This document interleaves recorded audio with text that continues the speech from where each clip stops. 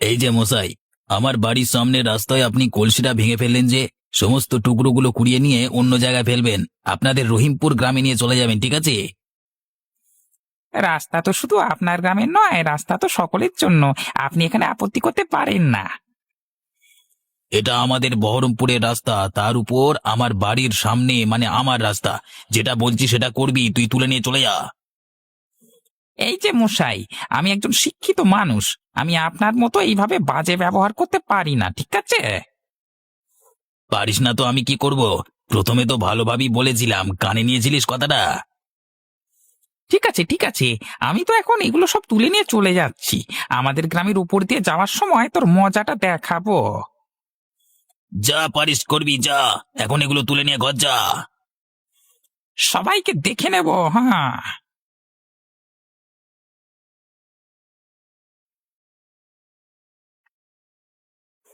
জমিদার মশাই, আর কিন্তু আমরা সহ্য করব না। দিন দিন বহরমপুরের অত্যাচার বেড়েই চলেছে। কেন, কি হয়েছে বলো? আবার কি করেছে ওরা? শুনলাম নাকি ওদের গ্রামের উপর দিয়ে গেলে প্রচন্ড অত্যাচার করছে ওরা, রাস্তাটা নাকি ওদের একার। এসব কি বলছো তুমি? আমাদের সাথে ওদের শত্রুতা ঠিক আছে, কিন্তু রাস্তা তো সবার। এইভাবে অত্যাচার করা ঠিক নয়। আমি এসব শুনি আপনাকে বলছি, কিছু একটা করতে হবে আমাদের। এইভাবে আমরা আর মুখ বুজে সহ্য করব না। হ্যাঁ, কেন সহ্য করব আমরা? ওরা কেমন করছে তাহলে আমরাও তো করতে পারি। ওদের গ্রামবাসী, কিন্তু আমরা করব না, তাহলে ওদের আর আমাদের মধ্যে পার্থক্য কি রইল? কিন্তু কিছু তো একটা করতে হবে, এইভাবে তো আর চলতে দেওয়া যায় না। রাজশেখর আমার বন্ধু ছিল, কিন্তু এইভাবে যে সমস্ত কিছু শেষ হয়ে যাবে, শত্রুতায় পরিণত হবে, এটা আমি ভাবিনি। যখন হয়ে গেছে তখন তো আর কিছু করবার নেই। এবার ভাবতে হবে যাতে এত অত্যাচার না হয়। আচ্ছা ঠিক আছে, আমি ঘরে গেলাম। আমি ভাবছি, দেখছি কি করা যায়। তুমি বাড়ি যাও, আজকে আর আমার ভালো লাগছে না। আচ্ছা জমিদার বাবু, আপনি যেমন বলবেন।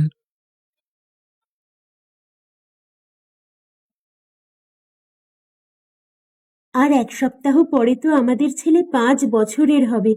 এবার কি জন্মদিন ধুমধাম করে হবে? না না, এবারে কিছু করবার ইচ্ছে নেই, হাতে সেরকম ভাবে অর্থকড়ি নেই। ঠিক আছে, তাহলে ছেলেটার 10 বছর হলে একটা বড় করে ধুমধাম করে জন্মদিন পালন করা হবে, সারা গ্রাম খেতে আসবে। হ্যাঁ, আমিও এটাই ভাবছিলাম। ততদিনে হাতে ভালোই টাকা পয়সা চলে আসবে। বাবার সাথে থেকে থেকে জমিদারিটাও শিখে যাচ্ছি, পরে তো আমাকেই চালাতে হবে। তখন অর্থের কোনো অভাব থাকবে না। তাহলে তুমি বাবার সাথে ভালোভাবে কথা বলে নাও, উনি কি বলেন আগে শুনো। হ্যাঁ, বাবার সাথে কথা বলে নেব। বাবা তো আমাকে বলেছিলেন 5 বছর হলে ভালোভাবে একটা অনুষ্ঠান করতে, কিন্তু এখন যা পরিস্থিতি, তাতে অনুষ্ঠান এত বড় করে করা যাবে বলে তো মনে হচ্ছে না। হ্যাঁ, আবার এইসবে শীত পড়েছে। এখন বাজারে সবজিরও বেশ ভালোই দাম। সবকিছুই ভেবে চিন্তে করতে হবে, উল্টোপাল্টা চিন্তা করলে হবে না গো। দেখো, আমাদের ছোট্ট ছেলেটা কত সুন্দর খেলা করছে শুয়ে শুয়ে। কত খুশিতে আছে আমাদের ফুটফুটে ছেলেটা, মুখে হাসি আর ধরে না। দেখো দেখো, তুমি শুনলে তো, বাবা বলল এই একটু একটু কথা শিখেছে আর কি। হ্যাঁ এই দেখো, কত সুন্দর মা বলে ডাকছে। এই জমিদার বাবু, ও জমিদার বাবু। কে আবার ডাকে বাইরে থেকে? কে এসেছেন?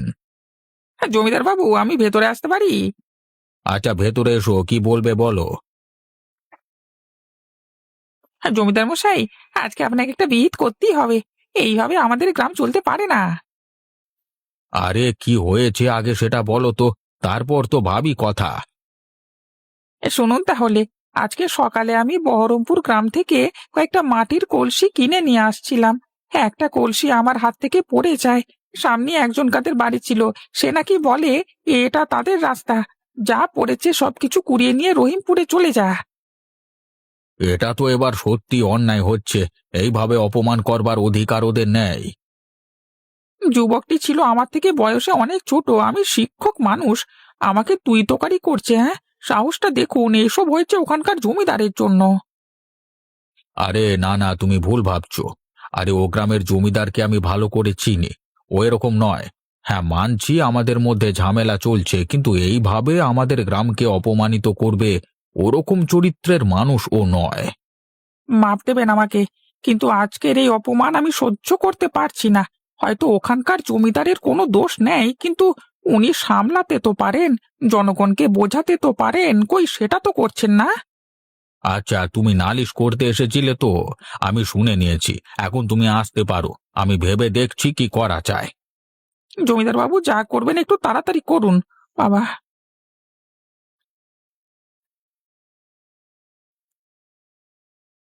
হ্যাঁ বাবা, একটা কথা বলবার ছিল। কি বলবি বলে ফেল। বলছিলাম বাবা, এবছরে আমার খোকার জন্মদিন করব না। কি বললি তুই? আরেকবার কথাটা বল। আমার নাতির জন্মদিন এবছরই হবে, পরের সপ্তাহে জন্মদিনের আয়োজন শুরু কর। কিন্তু বলছিলাম বাবা, আমার হাতে এখন অত টাকা কড়ি নেই, তাই জন্য ভাবছিলাম 10 বছরে করব।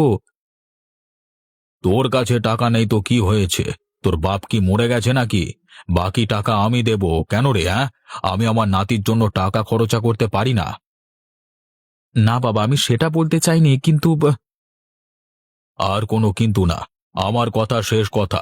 এর খেলাফ হলে জানিস তো আমি কি করতে পারি। কথাটা মাথায় রেখে কাজকর্ম কর।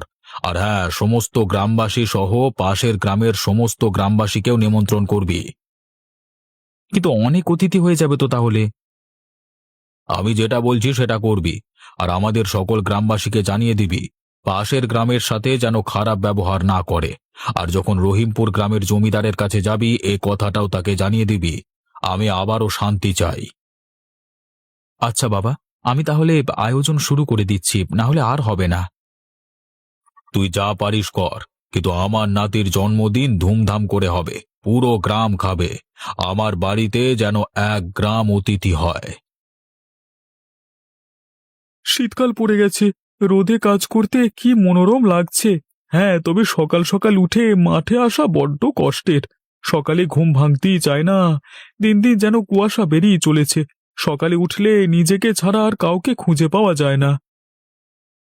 হ্যাঁ, একদম ঠিকই বলেছিস তুই। আরে তুই কখন এলি রে?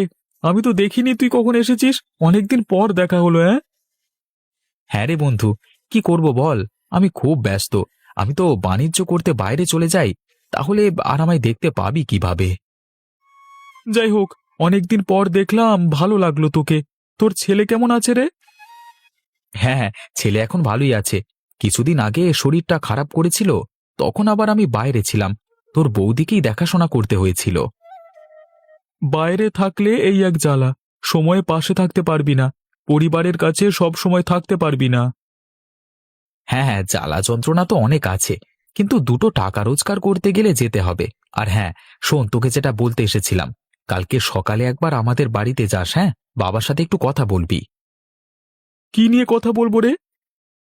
তুই কালকে গেলেই বুঝতে পারবি। এখন আমি চলি, দেরি হয়ে যাচ্ছে।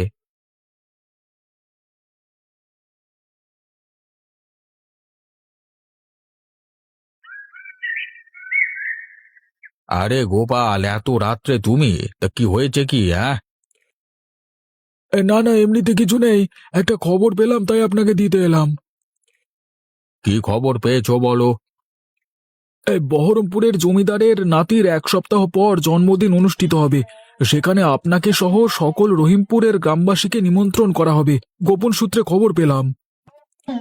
বাহ, এ তো খুব ভালো কথা। এটাই হচ্ছে একটা সুযোগ। ওখানে গিয়ে আমাদের গ্রামের গ্রামবাসীরা সবকিছু লণ্ডভণ্ড করে দিয়ে চলে আসবে। তুই মূর্খ, আমি ওই সুযোগের কথা বলছি না। আমি আবার মিলন চাইছি। আমাদের কোনো গ্রামবাসী যদি সেখানে গিয়ে বিশৃঙ্খলা সৃষ্টি করে, তাহলে তাকে আমি গ্রাম থেকে বহিষ্কার করে দেব। সকলেই ভদ্রভাবে যাবে, খাবে, অনুষ্ঠান শেষ হলে বাড়ি আসবে। এই সুযোগে আমি আবার রহিমপুর এবং বহরমপুরকে একসাথে করব। আপনি সত্যি মহান। সকলের চিন্তা ভাবনা খুনোখুনি কাটাকাটি এসব নিয়ে, কিন্তু আপনার চিন্তা ভাবনা অনেক আলাদা। আপনাকে স্যালুট। এসব মারামারি খুনোখুনি করে কি হবে? মানুষের প্রাণ যাবে, তাছাড়া তো কিছুই হবে না। তার থেকে ভালো মিলন হোক। আচ্ছা, এসব কথা ছাড়ো, তুমি খেয়েছো কি? জি, আমি খেয়ে এসেছি। ওরা মনে হয় কালকে নিমন্ত্রণ করতে আসবে। আমার বন্ধুটাও সকলকে একসাথে করতে চায়, না হলে সে নিমন্ত্রণ করতো না।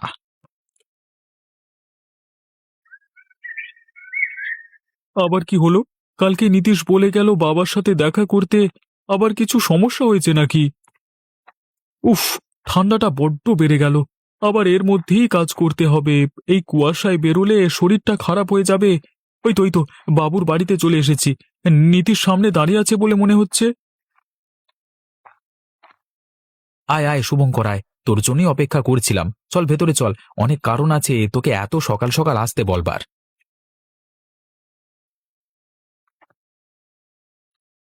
এসো শুভঙ্কর, এসো। বহুদিন বাদ তোমার সাথে দেখা। আরে ছোটবেলায় তো তুমি সব সময় আমাদের বাড়িতেই পড়ে থাকতে, আমার ছেলেটার সাথে কত খেলতে। জি কর্তাবাবু। আচ্ছা, কি হয়েছে আমাকে এত সকালবেলায় ডেকে পাঠালেন? সবার প্রথমেই তো আমাকে আপনি বলাটা ছেড়ে দাও। আর কর্তাবাবু যদি বলেছো, তাহলে তোমার একদিন কি আমার একদিন। আমি তো তোমার বন্ধুর বাবা, মানে কাকু বলবে। আচ্ছা কাকু, বলো, কিছু দরকার আছে নাকি? আরে, পরের সপ্তাহে আমার নাতির জন্মদিনের অনুষ্ঠান পালিত হবে। সেখানে দুদিনের অনুষ্ঠান হবে, দুদিন তোমার নিমন্ত্রণ। এবার কাজের কথায় আসি। হ্যাঁ, এখন তুমি যাবে সোজা রহিমপুর, গিয়ে ওখানকার জমিদারকে এই পত্রটা দিয়ে আসবে। পত্রে সবকিছুই লেখা আছে, শুধু দিয়ে চলে আসবে। তুই তাহলে ঘোড়া নিয়ে বেরিয়ে যা।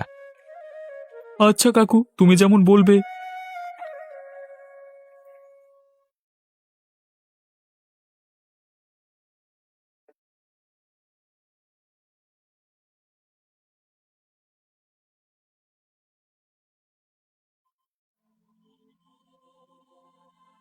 কর্তাবাবু বাড়িতে আছেন?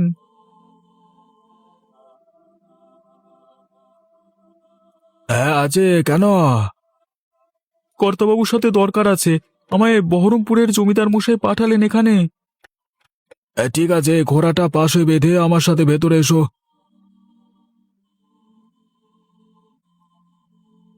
কর্তাবাবু, এই যে বহরমপুরের দূত এসেছে, কি বলছে দেখুন।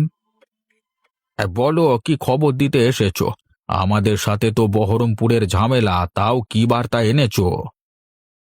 আমাদের জমিদার মশাই এই পত্রটি আমাকে দিয়ে আসতে বলল, তাই নিয়ে এলাম আর কি। আর বলেছে পত্রটা পড়ে আমাকে জানিয়ে দিতে। প্রিয় বন্ধু কেশব, তোর সাথে আমার যা ভুল বোঝাবুঝি হয়েছে তার জন্য দুটি গ্রাম শত্রুতে পরিণত হয়েছে। পরের সপ্তাহে আমার নাতির জন্মদিন উপলক্ষে দুদিনের অনুষ্ঠান, তুই সহ সকল গ্রামবাসীদেরকে নিয়ে আসবি, নিমন্ত্রণ রইল। এই দিনে সমস্ত কিছু মিটিয়ে নেব। আচ্ছা, তোর গ্রামবাসীরা যেন কোনো বিশৃঙ্খলা সৃষ্টি না করে। ঠিক আছে। কর্তাবাবু, আপনি যাবেন? হ্যাঁ, আমিও যাব, আর তার সাথে পুরো গ্রামও যাবে। দূত, তুমি জানিয়ে দিও।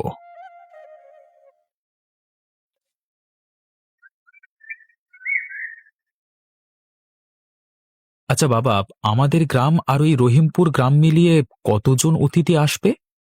ধরে রাখ 5,000 জন। আমার হিসেব অনুযায়ী 5,000 জন হবে। কিন্তু বাবা, ওরা আসবে তো? না হলে এত আয়োজন করে সমস্ত কিছু নষ্ট হয়ে যাবে। আমার বিশ্বাস ওরা সবাই আসবে। এক সময় দুই জমিদার আমরা বন্ধু ছিলাম, বন্ধুত্বটা ভেবে আসবে। এলেই ভালো। আবার সমস্ত কিছু ঠিকঠাক করে নেব। আবার আগের মতো সবকিছু লেনদেন হবে। আমাদের ব্যবসাতেও লাভ হবে। আমি ব্যবসা দেখছি না। দুই গ্রামের মধ্যে শত্রুতা এতটাই বেড়ে গেছে, কদিন পর খুনোখুনি হবে। তার থেকে আমি মাথা নত করে নেব, তাহলে গ্রামে শান্তি ফিরবে। হ্যাঁ বাবা, সেটাই ভালো হবে। কাকু, ভেতরে আসবো? আরে হ্যাঁ হ্যাঁ, এসো এসো। আমার চিঠির উত্তর দিয়ে পাঠিয়েছে। হ্যাঁ কাকু, বলেছে ওরা সকলে আসবে, কোনো বিশৃঙ্খলা হবে না, তোমার স্বপ্ন সত্যি হবে। আমি তোকে বলেছিলাম না ওরা সবাই আসবে? দেখেছিস তো, সেটাই হলো। সবাই এলেই তো আয়োজনটা আমাদের সার্থক হবে। এবার একটা কাজ বাকি রইল, আমাদের গ্রামবাসীদের জানিয়ে দেওয়া। না জানিয়ে দিলে বিশৃঙ্খলা তৈরি হয়ে যাবে। আরে তুই চিন্তা করিস না, ওই কাজটাও আমি করে দেব। আমি প্রচার করে দেব, তাহলে আর বিশৃঙ্খলা সৃষ্টি হবে না। তুমি অনেক দিন পরে আমাদের বাড়িতে এলে বটে, কিন্তু কাজকর্ম সব আগের মতোই করছো। তুমি সবার সাহায্য করো। আমি এত বড় হয়ে একটা কথা ভালোভাবে বুঝেছি, কাউকে সাহায্য করলে তবেই নিজের ভালো হয়। গ্রামবাসীগণ, সকলে শুনুন বিশেষ ঘোষণা। কি ঘোষণা আছে গোপালদা? একেবারে বিশেষ ঘোষণা বলছো? আরে মাস্টার মশাই, আগে আমাকে বলতে দেবে তো, কি ঘোষণা শুনে নাও। হ্যাঁ হ্যাঁ, একটু তাড়াতাড়ি বলো। শুনুন গ্রামবাসীগণ, আগামী সপ্তাহের বহরমপুরের জমিদার মশাইয়ের নাতির জন্মদিন উপলক্ষে আমাদের পুরো গ্রামবাসীকে নিমন্ত্রণ করে গেছে। জমিদার কেশবচন্দ্রের আদেশ, সকল গ্রামবাসী ওইখানে উপস্থিত থাকবেন। আর যদি কেউ বিশৃঙ্খলার সৃষ্টি করে তাহলে তাকে গ্রাম থেকে বহিষ্কার করা হবে। সকলে ভদ্র আর সুশীল ব্যবহার করবে। এই গোপাল, তোমরা যাও, আমি যাব না। এই কদিন আগে আমার সাথে ওরা কি দুর্ব্যবহার করেছিল। আর হ্যাঁ, এটাও শুনে রাখো গ্রামবাসীগণ, যে যে ব্যক্তি সুস্থ থাকবার সত্ত্বেও যাবে না, তাদের কঠোর শাস্তি এবং জরিমানা হবে। কি জোর জবস্তি বলো দেখি, নিজের ইচ্ছায় কোনো দাম নেই। এখানে আমার কিছু করবার নেই, এটাই জমিদার মশাইয়ের আদেশ। জমিদার মশাই সকলকে একত্রিত করতে চাইছেন। কিন্তু সেটা কি হবে? সেটা তো আমি বলতে পারবো না, কিন্তু চেষ্টা করে তো দেখা যেতেই পারে। ওরা যদি ভালো আচরণ করে তাহলে আমরা কেন পারবো না? না হলে আমাদের গ্রামের বদনাম হয়ে যাবে। শুনুন শুনুন শুনুন, বিশেষ ঘোষণা। যারা বাড়িতে আছেন তারা বাড়ি থেকে বেরিয়ে আসুন, জমিদার মশাইয়ের বিশেষ ঘোষণা আছে। আগামী সপ্তাহে আমাদের জমিদার মশাই অর্থাৎ রাজশেখর বাবুর নাতি ঈশানের জন্মদিন উপলক্ষে 2 দিন অনুষ্ঠান হইবে। সকল গ্রামবাসীদের 2 দিন নিমন্ত্রণ। এ শুভঙ্কর দা, তাহলে তো ভালোই হবে, একটা ভালো ভোজ পাওয়া যাবে। আরে গোটাটা শেষ করতে দে আমাকে। ও এখনো আছে? বলো বলো, শুনি শুনি। এই অনুষ্ঠানে পাশের গ্রাম অর্থাৎ রহিমপুর থেকে সমস্ত গ্রামবাসীরা আসিবে। কোনো গ্রামবাসী যেন রহিমপুরবাসীদের সাথে অভদ্র ব্যবহার না করে। যে এরকম অভদ্র ব্যবহার করবে তার কঠোর শাস্তি হবে। সকলের সাথে বন্ধুর মতো মিশবে, কারণ আবারও মিলন ঘটবে 2 গ্রামের। শুভঙ্কর দা, মিলন ঘটবে তো? আমাদের সাথে ওদের সাপে নেউলে সম্পর্ক, কেউ কাউকে দেখতে পারে না। অনুষ্ঠানের মাঝে ঝামেলা লেগে যাবে না তো? না না, ঝামেলা লাগবে না। যে ঝামেলা করবে তাকে মারতে মারতে বের করে দেওয়া হবে। অনেক লাঠিয়াল পাহারা দেবে। তার সাথে রহিমপুরের মোড়ল মশাইও আসবেন। বিশৃঙ্খলা হলে আমাদের গ্রামের নামে বদনাম ছড়িয়ে যাবে। নিশ্চয়ই সেটা কেউ চায় না। না না, সেটা আবার কেউ চায় নাকি? ঠিক আছে, এটাই ঘোষণা ছিল। যারা যারা শুনেছ বাকিদের জানিয়ে দিও, খুব কঠোরভাবে অনুষ্ঠান অনুষ্ঠিত হবে। আরে রাজশেখর, তোর নাতিটাকে কি ফুটফুটে দেখতে হয়েছে, হ্যাঁ? সবার ঘরে ঘরে যেন এরকম একটা চাঁদের টুকরো আসুক। আজকের এই অনুষ্ঠানে আমি সকলকে জানাচ্ছি যে আমাদের মধ্যে যা যা সত্যি ছিল সেগুলো আজকের পর থেকে আর কেউ মনে রাখবে না। 2টো গ্রাম আবার আগের মতো হয়ে যাবে। নীতিশ, তুই বলেছিলিস অনুষ্ঠান করব না। দেখ, আজকে আমার বাড়িতে 1 গ্রামের অতিথি এসেছে। আবার এই অনুষ্ঠান হলো বলেই সবকিছু ঠিকঠাক হলো। সকলে আমাদের পুত্রকে আশীর্বাদ করুন। আমাদের সন্তান যেন আদর্শ নাগরিক হতে পারে, সকলের সাহায্য করে। আমাদের খোকাবাবু অনেক বড় মানুষ হবে, খোকাবাবুর সাথে আমরা সবাই আছি। আজকের দিনটা আমাদের 2 গ্রামের কাছে খুবই স্মরণীয় হয়ে থাকবে।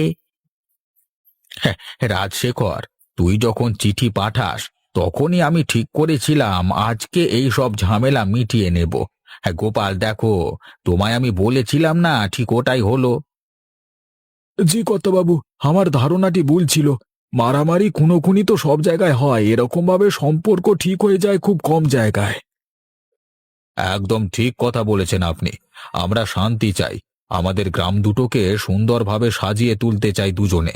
পাশেই গ্রাম, কত সুবিধে, সেই সুবিধে নেব না তা তো নয়, ঝামেলা করছি আমরা শুধু। জয় জমিদার রাজশেখর মহাশয়ের জয়।